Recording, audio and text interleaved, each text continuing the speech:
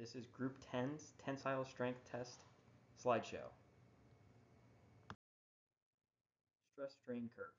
The stress and the strain is found through the devices on the tensile testing machine in the lab. These 2 points of data can be plotted against each other, and the resulting graph will be the stress-strain curve. The stress is found through measuring the cross-sectional area and multiplying by the force. Finding the elastic modulus. To find the elastic modulus of the specimens, one must find the change in stress over the change in strain during the elastic portion of the stress-strain curve. The elastic modulus allows engineers to determine what is a stiffer material when force is applied. Strain is the deformation that the material undergoes while force is applied. Stress is the force causing the deformation divided by the area it is acting on. The elastic portion of the graph can be seen here, while the inelastic is seen up here. Finding the yield point. The yield point is the maximum stress a material can withstand while still returning to its original shape once the load is removed. To find the yield point, use the 0.2% offset method. This method involves drawing a line parallel to the initial slope of the stress and strain curve, then offsetting it by 0.002 or 2.2%. The intersection of this line with the stress strain curve provides the yield point. The yield point is important because it marks the boundary between a material's elastic limit and its plastic behavior. This indicates the stress level at which the material will permanently deform rather than return to its original shape when the load is removed. Finding the yield point of steel. After the experiment, we were given the data set for the stress and strain. Using this data set, we highlighted over the stress and strain and created a graph within Excel. We then hovered over where we estimated the yield point to be, and it gave us the data set in the table. We found that it was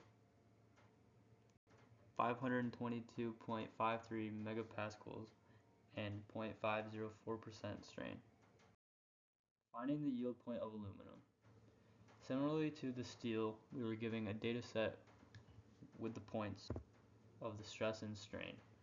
After highlighting the stress and strain, we created another graph,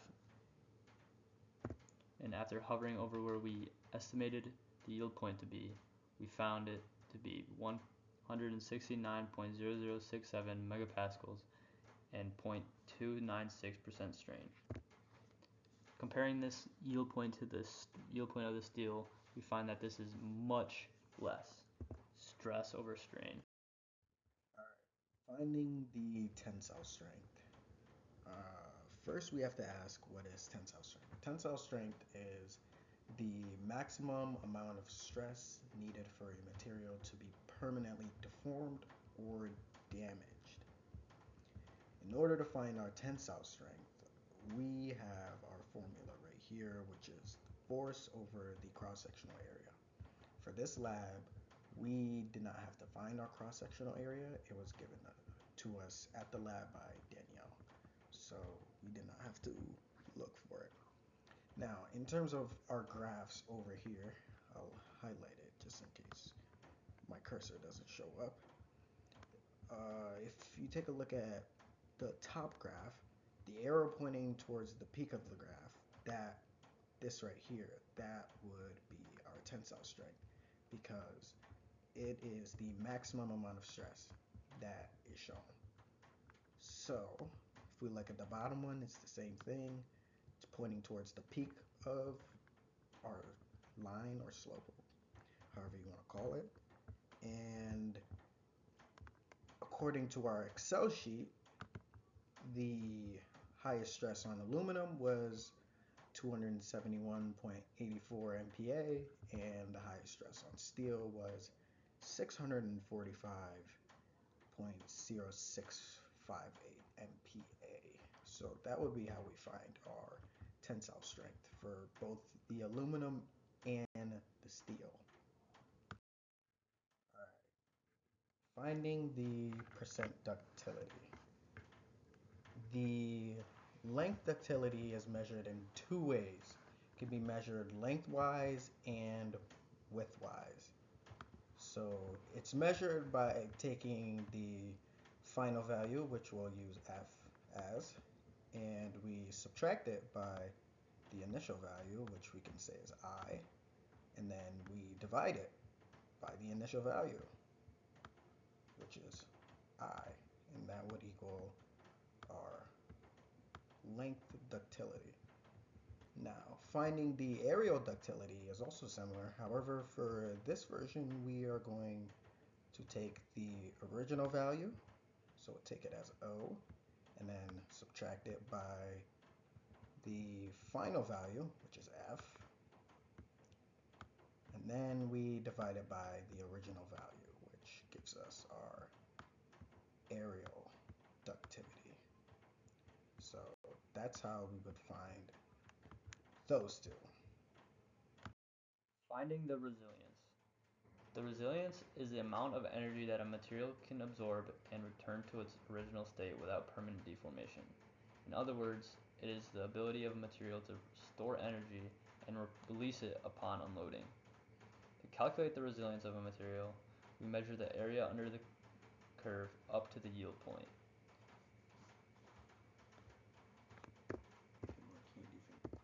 To calculate the resilience, we use this integral. This integral is the integral of the stress with respect to the strain from 0 to the strain. After taking the integral, we come out with this equation right here. This equation is for the more simpler linear stress and strain curves, which don't have an arc to it at the end. For our estimated calculations, we're going to use this formula. Alright, next slide, resilience of materials. So first off, let's start off with the formula for this, which is the yield point. So we'll use y. Y will be our yield point, and it'll be yield point times strain, y times s over 2. So that would equal our resilience, which will be R. So the resilience of steel, by taking the yield point and the strain of steel and dividing it by 2, we got a resilience of 131.868 joules per meter cubed, and the resilience of aluminum was 22.78210 joules per meter cubed. Finding the toughness. All right, so toughness is how much total energy can be absorbed before the material fractures. So if we take a look at our graphs, we'll start with the one up top. In context of the graph, toughness would be this yellow shaded in area right here. I don't know if you can see the cursor, but you know, the line I just marked. All that yellow underneath the curve, that would be our toughness. So even if we look at the graph below, you can also see that toughness is shown through the entire shaded yellow area right here. And our formula for toughness would be down here, as you can see, and it's the integral of stress with respect to strain from 0 up until failure. So that is our toughness, and this is the formula in order to get our toughness. Alright, so this is our third material, which is brass, and in this graph we can assume that the yield strength is 0.09 GPa and the tensile strength is 0.004 millimeter per millimeter. Alright, and as we can see on the graph, this would be our yield point. this could be our tensile strength. Yeah, but basically I'm just trying to mark and show you guys where everything would be in this graph. Obviously, toughness would be this entire area under it. And yeah, this is the graph for brass. Spiderweb. All right. This is from the video, the spiderweb analysis. In the movie clip, we see Spider-Man is trying to pull the boat back together with this spider silk. And in the clip, we see the tensile strength of the spiderweb. So as the boat is, being split apart, Spider-Man releases his spider silk and he tries to pull the boat back together. And we see the necking of the silk in the clip, and we see where the silk is unable to be returned to its original length before. So that shows us the tensile strength of the silk. And eventually it does snap and the boat falls apart. But in the clip we are shown the tensile strength of the silk, and yeah.